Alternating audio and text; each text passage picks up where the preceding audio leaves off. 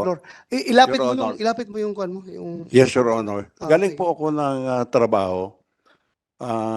Almost 2 years na po akong bumabagtas to sa Espanya, pauwi sa bahay ko po. Baga approaching po ng UDMC o Welcome Rotonda, yung bike lane po, minsan natatapakan po ng dalawang gulong sa right side ng mga kotse. Dahil pag ganun po kami ng E. Rodriguez eh. Pumreno po yung nasa harap ko, pumreno din po ako. Maya-maya gumalabog po yung kotse ko. Pagkalabog po ng kotse ko, tinignan ko sa salamin kung ano yung nakabangga sa akin. Hinandbrake ko, binuksan ko yung kotse ko po, bumaba ako. Pagtayo ko sa kotse ko, Your Honor, nakita ko, bisikleta. Sabi niya, minura niya ho ako ng PI eh. Sabi niya, PI, gago ka. Bigla kang pupreno, kung hindi ka ba naman huminto ng bigla, hindi kita mababangga. Dali nagsabi ka daw sa kanya ng putang ina? Wala po akong sinabi. Ha? Wala po, Your Honor. Wala. Ba, kung mayroon man pong bumangga sa kotse ni Ginong Gonzales, malamang po hindi ako yun. Kasi nasa right side po ako ng bike lane. Right side ka. Opo. So hindi mo siya nabangga sa likuran, sa gilid ka. Hindi po. So anong nakita mo? Yeah, continue. Tapos po, di sabi ko sa kanya, binalik ko po lang yung GAGO na mura niya. Ito, Mr. Gonzales, Opo. I want to inform you that pag nagsinungaling ka dito, Ay, hindi sa po. hearing na ito, you Opo. can be cited in contempt at pwede kita ipakulong sa baba. Opo. So, magsabi ka ng totoo, ha? Naintindihan ko po yun, Your Honor. Magsabi ka ng totoo, huwag kang mag-imbento ng istorya dito dahil kung ikaw dismiss na pulis, ako retirado akong pulis, hindi tayo pwede magbubulahan dito, ha? Yes, Your Honor. Hindi po Tayo, ako, hindi po, yung yung totoo totoo lang lang, po, yung yung totoo totoo lang, lang po sinasabi ko. Kung ano po yung interview sa akin ni Katonying, yun din po ang sasabihin ko sa inyo. Sige, sige. Yung po, ang nagpainit ng ulo ko, dahil nung pagbalik ko sa kanya nung mura, habang nakatayo ako, ang ginawa niya ho, sinuntok niya po yung bubong ng kotse ko, na nakagwantes po siya ng pang-motorsiklo, yung may mga knuckles po, yung plastic. UP naman po, kitang-kita naman po ng mga investigador eh. Sabi niya sa akin, Investigador. Sino investigador dyan nakakita ng UP na sinuntok ng kuwan? Nakita mo?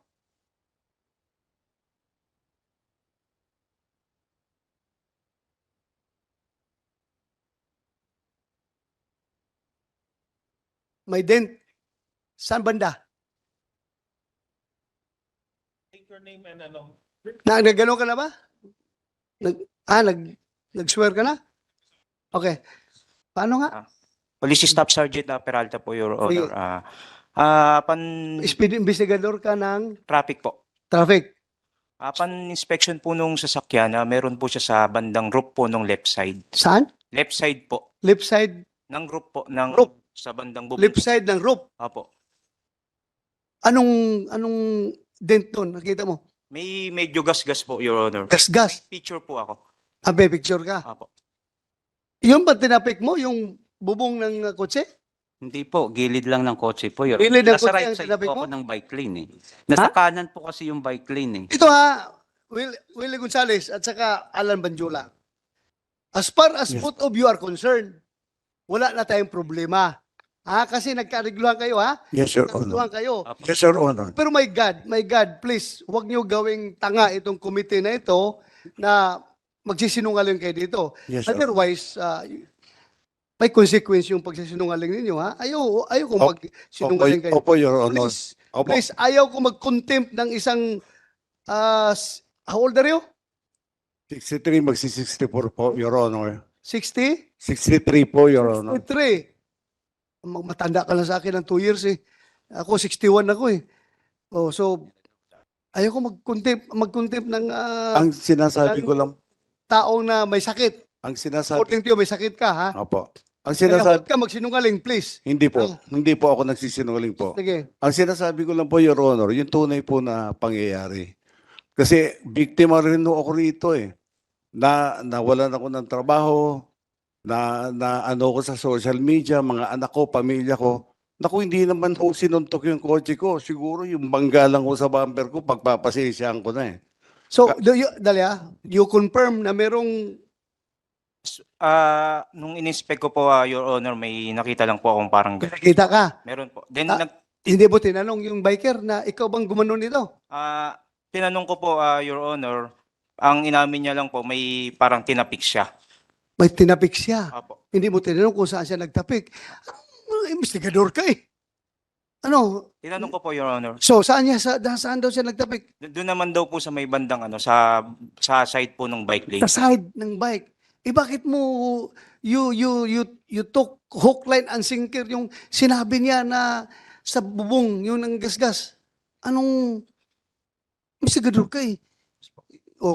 Kung inayos mo yung trabaho mo, dapat pagdating dito sa investigasyon na ito, sikat ka na investigador dahil ginawa mo lahat.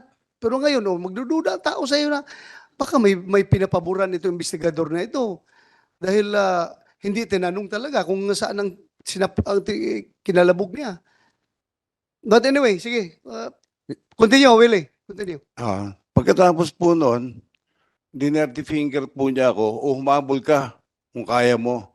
Sumakay po ako sa kotse ko, kagad hinabol ko po siya.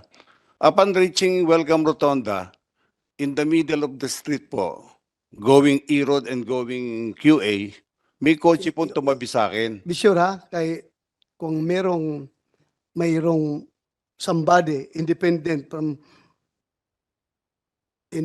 from among you two can provide corroborating statement na mag-corroborate kay Alan Banjola, then you are liable to be cited for contempt, ha? Apo, yes, Your Honor. I You're understand, lying, ha? I understand, Your Honor. Kaya nga, inibitahan naman dito yung vlogger.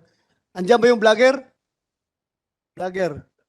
Kasi apparently yung vlogger na yun ang nakakuha sa totoong pangyayari, kaya kayo sinusundan ng vlogger. Kung merong independent mong makapagsabi, mag-corroborate sa kanya, then alam mo na. Mr. Chair, Your Honor. Yes. sir, sorry for interrupting.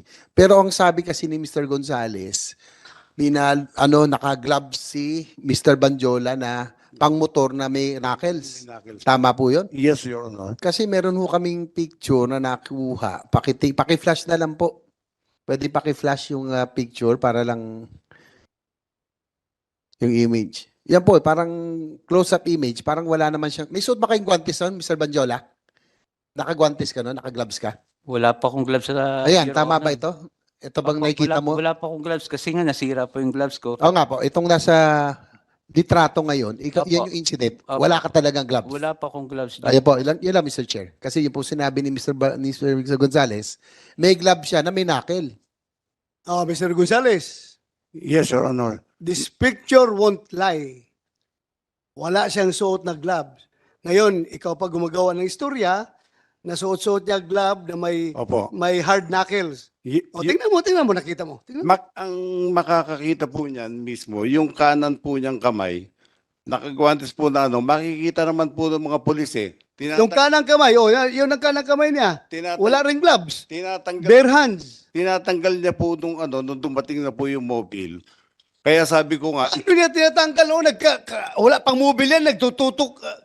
Akma ka pang bubunot eh. Oo. hindi, ang maganda pong kuha dyan, Your Honor, yung itinabi ko na, Please, silence muna, silence ha. No. Huwag kayong maingay. Your Honor, nung itinabi na po namin yung bisikleta, yung mga pulis po dumating, makakapagpatunay na talaga pong totoo po sinasabi ko po, hindi po ako nagsisinungaling. Kaya hindi- totoo siya sabi mo, pero totoo rin itong picture na ito na nagsasabi na wala siyang gloves. Alam mo, Mr. Gonzales, kahit ano sabihin mo, ang tao na nanonood, sabihin nila na dati kang pulis.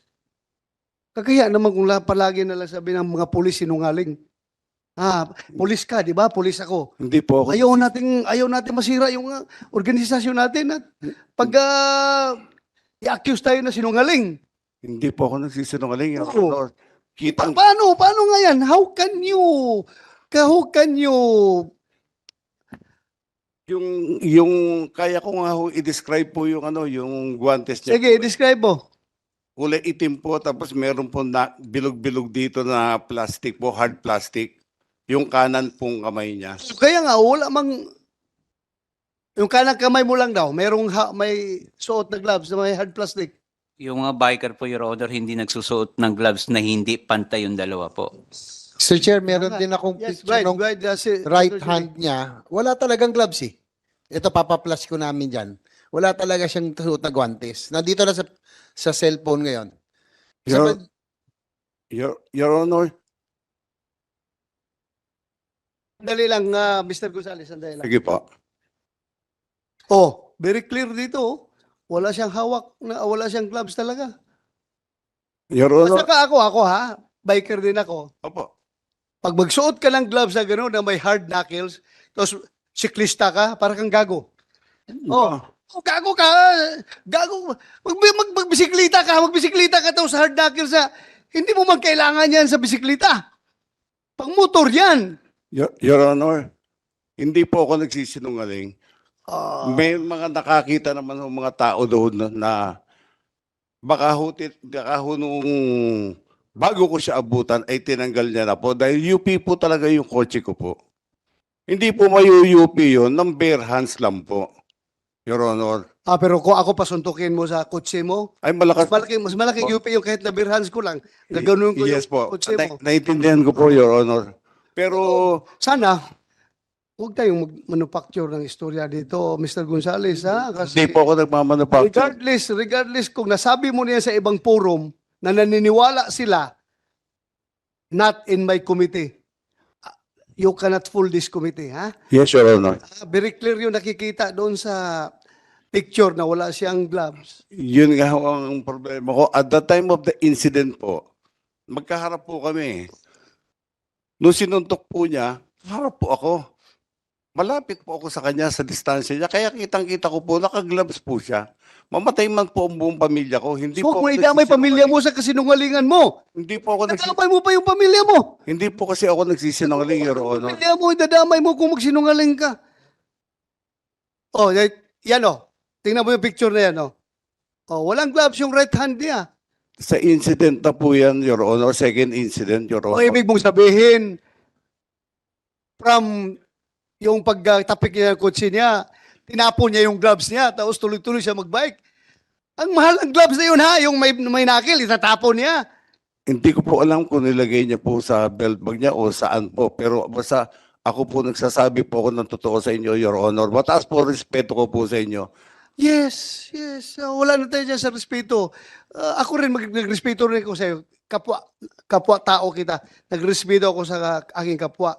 Pero kung halata naman masyado na nagsisinungaling ka dito, I cannot out of respect to this committee, hindi ko rin tatanggapin yung sinasabi mo. Hindi rin ako maniniwala talaga.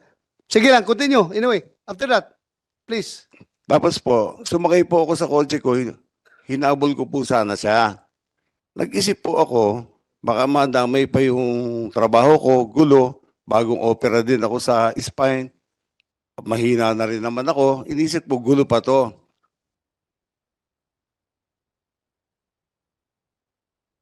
May tumabi po sa aking kotse, bukas po kasi yung bintana ako dahil hinahanap ko kung saan siya nagpuntang way, kung E-Road o Quezon Avenue. Sabi nung kotse, yung sumuntok sa kotse mo, dumiretso ng QA. So, diniretso ko po ng QA. Kung makikita niyo po yung CCTV ng barangay po, yung kinuha namin ng mga pulis, at kasama po si Mr. Banjola, kung makikita niyo po, hindi po cut na style ng pulis po yung ginagawa ko. Dahan-dahan po akong kumakanan, pinapatabi ko po siya. Dahil binangga at sinuntok niya po yung kotse ko eh. Hindi po yung abrupt po yung cut ko, hindi po ganon. Yung style natin nung araw sa mobile, hindi po ganon. Tapos pumunta po siya sa kaliwa ko. Kaya kung makikita niyo po sa CCTV, ang pagkabi ko ng kaliwa, dahan-dahan pa rin po. Which is, sa tingin ko, intention niyang ginanon ho yung bisikleta kasi ang haba ko nung ano ko, nung tama ko, mula tail light dulo hanggang doon po sa may side mirror po. Sige, pause ka muna. Mr. Bajula, Alan, Honor, intention mo talaga na gasgasin yung kotse niya? Actually, Your Honor, kung makikita nyo sa CCTV, papasok na po ako ng bike lane nun. So pagpasok ko po ng bike lane, pumasok po si Ginoong Willie Gonzales. Pagkat niya po ng ganyan, syempre, pabuelo na po, pababa po hanggang ditwaso yun. So hindi ko na po maiwasan sumalpok dun sa kotse niya. Kaya nagasgasan ko po yung kotse niya. Ipa-play nga natin. Please, i-play the video. Senator JB, please take over. Sandali. Secretariat, please play the video. Ito pong video para...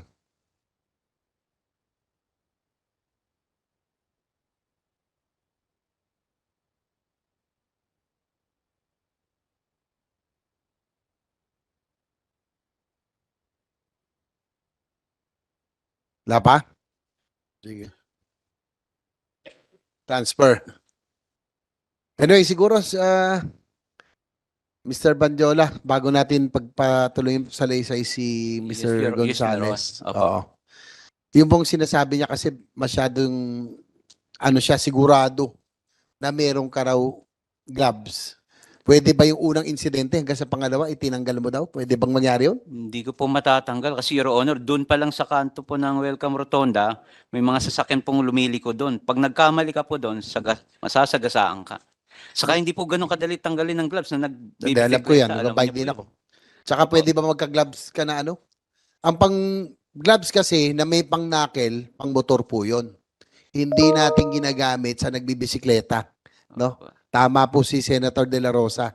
Dahil ako po ay motorcycle rider and cyclist at the same time. Hindi ko gagamitin yung pang-motor sa bisikleta kasi makapal po yun eh. Di ba?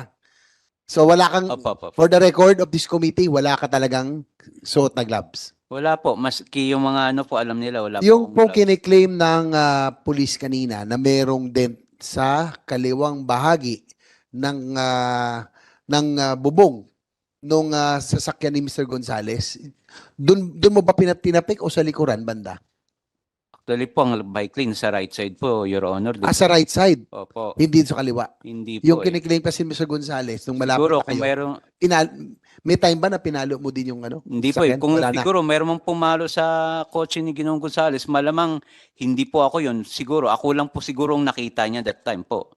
Kaya ako yung Akala- niya kumpronta. Ayun lang, gusto lang natin tanungin nyo dahil yung sinabi niya. Gusto Opo, natin salamat malalaman po. kung sino to. Yung video please, wala pa?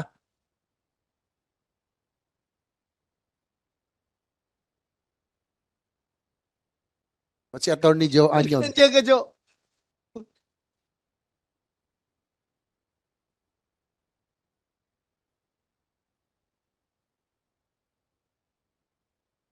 May sound ba yan? Eh, taasan mo yung volume ng sound para marinig natin. Kasi kung wala, meron lang available sa PNP na may sound. Sige, please.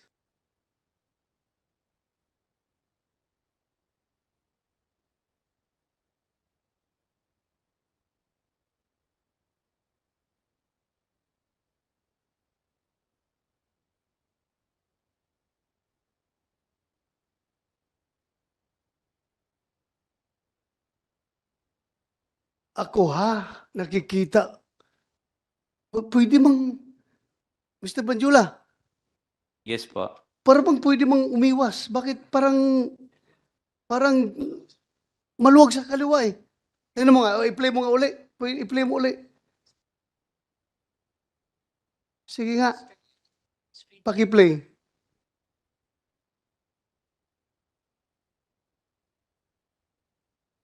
Sige. Sabay pag ano dyan,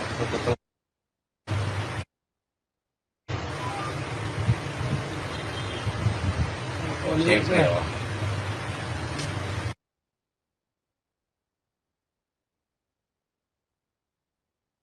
Ewan ko. Ewan ko how to evaluate that. Senator JB, paano mo evaluate yung Alan. video na yan? Alan, Yes po. kasi tayo minsan nangyayari yan. No? Opo, opo. Alam mo, nagbabike ako, minsan may nakaharang, may nagbababa. Opo, opo. No? Minsan pwede nating iwasan eh. Pero inaano ni Senator Bato, maluwag yung right lane, bakit sa kaliwa ka napunta? Parang yun yung tinatanong niya. Paano ka napunta? Papasok na po ako ng bike lane yan, Your Honor. Kaso lang, bigla siyang pumasok doon, so nakabig ko pa kaliwa po. Talagang hinahabol ka na nito noong panahon. Ito na yung second Opo, incident. opo. Kinat ka niya. Opo. Yan. So, Kaya ka napunta sa kaliwa. malapit na po yung ano, kaya hindi na ako makapagpreno talaga eh. Kaya na Ah, ako doon sa kotse niya. Kaya hindi ka na makapunta sa bike lane dahil Nandun na po. nandun na siya. Opo. Hindi kasi yung pag ano ni Senator Bato, medyo maluwag dito eh. Yun ang tinatanong Eh, namin, hindi pa bakit ako- napakaliwa ka? Hindi pa ako pwede pumunta ng gitna ng kaliwa, Your Honor, kasi pag ako nabangga dyan, wala akong kalaban-laban po. Ako pang masisisi dyan, sigurado po ako din. Teka, tsaka parang ito na yung second incident eh, na talagang hinabol ka na ba niya? Ito na ba yung hinabol ka na? Opo, yun na po. Pangalawa na? Saka may papaano po yung sasakyan eh, palabas ng Kitanlad po eh. Yung pong high ace. Parang may nakita Opo. kong high ace. Ayun. Ayan po. Okay. So, yan naman po usually ginagawa nating mga siklista. Pag mayroon pong ano, iiwas po tayo konti. Iwas na lang. Di ba? Kasi kanto po yan eh. Anong part ng bisikleta nakatama sa kotse niya? Manubela? Yung handlebar ko po. Sa Handlebar? gitna. Opo. Kasi naisandal ko po doon sa kotse niya eh. Kung di po ako nasandal sa kotse niya, talsik po ako, malamang masasagasaan po ako ng sunod na sasakyan sa left side po. So parang ang nangyayari po, sumandal po ako doon para lang hindi po ako tumalsik. Okay. Kaya hindi Mr. ko po kinontra. Gonzales, please continue. Yes, Your Honor. Sige. Tapos po, nung may tumabi po sa akin kotse, sabi niya, kasi nakabukas po yung bintana ko eh. Nagbaba siya ng bintana, sabi niya, yung sumuntok sa kotse mo, nasa QA, wala dyan sa E-Road. So nag-turn po ako na papuntang Quezon Avenue. Habang bumabagtas po kami, nakita ko po siya palinga-linga. So ang ginawa ko po, kung makikita niyo po sa CCTV ng barangay, kinakabig ko po yung kotse ko, unti-unti pakanan. Sinisigawan ko siya na itabi mo. Bilangga mo ko, sinuntok mo yung kotse ko, itabi mo, mag-usap tayo. Ayaw ho niyang tumabi. So ang ginawa ho niya, pumunta ho sa left side ko, labas po nung bike lane. Kaya kung makikita niyo po, labas na po ng bike lane, yan po, yung pagpasok ko po sa bike lane na yan, dahil nga ho pinapatabi ko siya. Yung paglabas ko naman po dyan sa bike lane na yan, dahil kumaliwa nga po siya, pumunta siya sa left side. Na ayaw naman ho talaga niyan tumabi. Ang sa akin po, bilang dati pong otoridad, gusto ko lang kong implement yung natin, yung citizen's arrest. Dahil sinuntok po yung kotse ko at minura ko sa harapan ko po eh. So, gusto ko po implement lang yung Rule 113 natin na Section 5, yung citizen's arrest. Dahil wala pong pulis ako makita eh. Pero kung may pulis po ako nakita, tatawagin ko po, pahuhuli ko po siya. Ngayon, wala naman ho akong rason para magalit ng husto at habulin siya kung hindi ho totoo na sinuntok niya ho yung kotse ko. Wala ho akong rason para Ang maganda po nito, nanawagan po ako ron sa kumukuha ng video. Bakit alam niya beforehand na may mangyayari sa amin ni Mr. Banjola dahil as if may nakita siya o na-capture siya na insidente ng panununtok. At yung kotse naman po na tumabi sa akin sa Welcome Rotonda at nagsabing, yung sumuntok ng kotse mo nasa Quezon Avenue, iniimbitahan ko rin po sana to shed light para malaman po natin yung buong katotohanan. Kilala mo yun? Hindi po, yun nga po eh. So, binalikan po namin ng pulis galas. Dala po namin yung mobile ng galas, kasama po si Mr. Banjola, inisa-isa namin lahat yung CCTV para makita po kung paano ako nabangga sa likod at paano po humantong sa pagsuntok sa kotse ko para buong-buo po yung video sana. So ituloy natin doon. Yung pinatabi mo siya, tapos nagas-gas yung kotse mo. Opo. Sige nga, continue. Humingi po ako ng kapatawaran sa inyong lahat na hindi po ako nakapagpigil na mabatukan siya. Kasi nga ang haba ho nung habulan namin eh. At masakit po kasi sa loob ko yung suntukin yung kotse ko at dirty finger ako sa mukha. Yung bangga po niya sa bumper, initial na bangga niya, pwede ko pa hong patawarin eh, Your Honor. Pero yung sinuntok sa harapan ko at dinerte finger ako, parang nag-isip nga ho ako, nag-second thought ako na actually mag-i-erode na ho sana ako eh. Kung walang tumabi sa akin na kotse at nagsumigaw na yung sumuntok ng kotse mo, dumiretso ng QA. Meaning, Kaya tuloy ka muna doon sa after that incident hanggang sa pagkasamo ng baril. Opo. Pagbaba ko po, sabi ko, ba't ayaw mo tumabi? Kanina pa kita hinahabol. Sabi niya, eh bakit? Ano ba ang problema? Sabi niya ho. Yung mata niya nanlilisik. Eh siyempre, mahina na ho ako, matanda na ho ako eh. Dumidepensa po ako, maatras ako. Pero inamin ko na po, umingi po ako ng tawad dahil nabatukan ko po siya. O, ikaw una ng batok. Opo. O, Inaamin ko batok ka. Inaamin ko po yun. Siguro dala po na silakbo ng damdamin ko sa pagkakasuntok niya po sa kotse ko, Your Honor. Yun lang So po. nung pinatukan ka, nalilisik na yung mata mo na atakihin mo siya? Hindi po, Your Honor. Actually, normal reaction lang po sa atin yung pag binatukan tayo, magre-react po tayo, kahit sinong tao po. Anong reaction mo? Susugurin ko sana siya. Susugurin mo siya? Opo. Kasi reaction ko, Sigurado ka, susugurin mo siya? Ha? gumalaw po ako ng ganun eh. Oh. Nag-ano po ako sa, So, sinabi mo ngayon Oh. na susugurin mo sana siya. kasi binatukan niya po. Binatukan ka nga eh. Oh, reaction ko po talaga yun na pag bumaba ako ng bike, anin ko siya Oh, may baril po kaya hindi na po ako na matras ka. umatras po ako. Baril po yun, wala akong patama doon. Tuloy ko lang. Ikaw, bakit ka nag-decide na kumasa ng baril? Bumunot at kumasa ng baril? Ang intention ko po noon, bumunot ako at nagkasa ng baril dahil pasugod po siya sa akin kahit i-review po natin yung inamin naman niya, susugod siya. Dinepensa ko lang po yung sarili ko at 45 degrees lang po. Alam niyo naman po yun, naka 45 degrees lang po tayo. Dahil pag gusto lang natin i-disable yung tao, But- if ever susunggaban niya ako. But still, kahit hindi mo tinutok, gantuting pa rin Opo, yun. mali po. Kasalanan. Pulis ka, di ba? Opo, opo. Once may hawak ka ng baril, tinutok mo o hindi, sa harapan ng tao, Yes, Your still Honor. gantuting yun. Yes, Your Honor. So, Humingi po ako ng... Revised Penal Code violation yun. di ba? Yes, Your Honor. Humingi po ako ng tawad sa parte pong yung pambabato ko at yung pagbunot ko at yung pagkasa ko. Humingi po ako ng tawad sa lahat. Hindi lang po sa kanya o sa lahat po sa inyo. Kasalanan ko po yun, nabigla po ako eh. Kasi ang isip ko po noon, idepensa ko yung sarili ko dahil hindi naman ako ganun kalakas eh. Galing ako sa spine operation eh. So, isip ko, yung inamin naman po niya, susugurin niya ako. So, sa akin po is, yung element na isya kumanman lang siya, wag niya akong masugod. Kasi kung madadakma niya po ako, baka mapatay niya po ako. Mahina po ako eh. Bagong opera po ako eh. So, Mr. Willie Banjula, Alan po, Your Honor. Alan, Opo. Willie, taga-media yun, di ba? Media yung Willie Banjula. Alan Banjula, Apa. clear tayo Apa. na susugurin mo siya. Kaya siya nakabunot ng baril at nakapagkasa. Normal reaction ko lang po yun, Eh, Your ano Honor. reaction mo? Kasi binatukan niya ako eh. Oh, binatukan ka. Opo. Bumaba po ako ng bike. Retaliate. Opo, Ikaw yung sa galit. kaso lang po, inano niya ako ng, kasi ba't niya ako binatukan eh? Sabi ko, pwede naman niya ako kausapin na maayos. So nga, bakit mo siya binatukan? Kasi ayaw niya huminto. Ah. Mula Espanya po, ang haba po ng habulan namin. Hindi, nakahinto na nga eh. Hindi, Hinto na doon. nung hinahabol ko po siya, Oh. dapat po, kung talagang tinong tao siya, biker, dapat po, kasi marami po akong kaibigan biker, wala akong nakilalang biker.